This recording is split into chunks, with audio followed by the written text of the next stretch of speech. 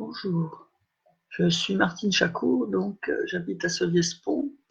Ma fille Isabelle a été assassinée à Alger dans la nuit du 7 au 8 octobre 2012, laissant une petite fille de 3 ans et demi, Katerina. Isabelle était enceinte de 6 mois et demi.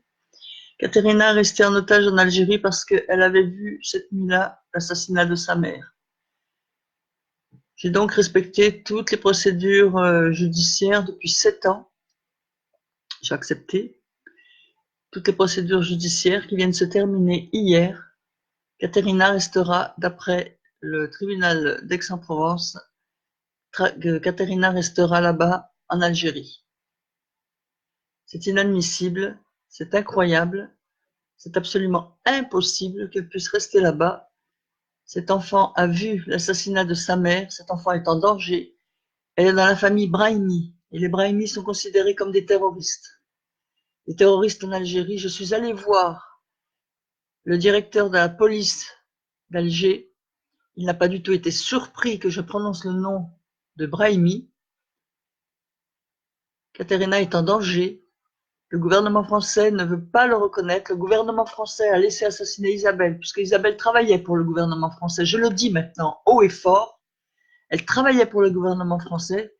Ce jour du 7 octobre, elle les a appelés. Elle a appelé la France. Elle devait rentrer le dimanche soir 7 octobre en France avec sa petite fille. Elle n'est jamais arrivée, elle n'a jamais quitté l'Algérie. Aujourd'hui, Katerina est prisonnière de son père, de toute la famille Brahimi. Alors oui, elle est à l'école française. Je l'ai vue à l'école française. Cet enfant n'a aucun sourire, bien que la directrice dise qu'elle s'adapte bien. Cet enfant est en danger puisqu'elle a des allergies alimentaires très importantes. Je l'ai réanimée, elle avait 22 jours suite à une allergie au lait.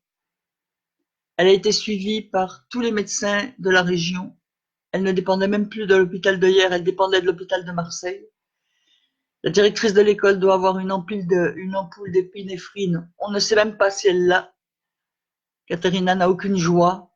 Quand on la voit sur les rares photos, elle se demande vraiment ce qu'elle fout dans ce pays. Moi, je demande au gouvernement français de la rapatrier maintenant. Il serait temps, avant qu'il ne lui arrive malheur.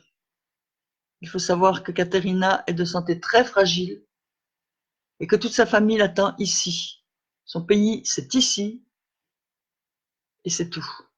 Maintenant, je demande aux journalistes de me contacter s'ils le veulent bien, s'ils n'ont pas la trouille, parce que aucun journaliste jusqu'à maintenant ne m'a répondu. Parce qu'il faut reconnaître qu'en France, les journalistes ont la trouille maintenant de l'Algérie. Il faut dire que la famille Brahimi, c'est un gros morceau. Je le sais, j'y ai été confrontée. Je suis restée 6 heures enfermée dans une voiture sur l'ordre des Brahimi. La police m'a libérée après parce que j'avais un rendez-vous au consulat de France en Algérie. Je suis allée tous les mois pendant 2 ans en Algérie essayer de voir ma petite fille. Je l'ai vue 4 fois. Et croyez-moi que ce que j'ai vu n'est pas valable pour elle. Cette famille qui a essayé de balancer mon avocat par le 2e étage du tribunal, voilà dans le milieu où vit ma petite fille. Voilà dans le milieu que la France laisse ma petite fille. Sa place est ici, au milieu de sa famille, et non pas au milieu de tous ces sauvages. Voilà, maintenant, ma vidéo sera prise comme elle sera prise. Il faut savoir que les Brahimi ont essayé d'attenter à ma vie. Et je n'en ai pas peur. Et ce qui leur fait peur, c'est que je n'en ai pas peur. Et je n'aurai jamais peur, parce que Dieu est avec moi. Merci de m'avoir écouté.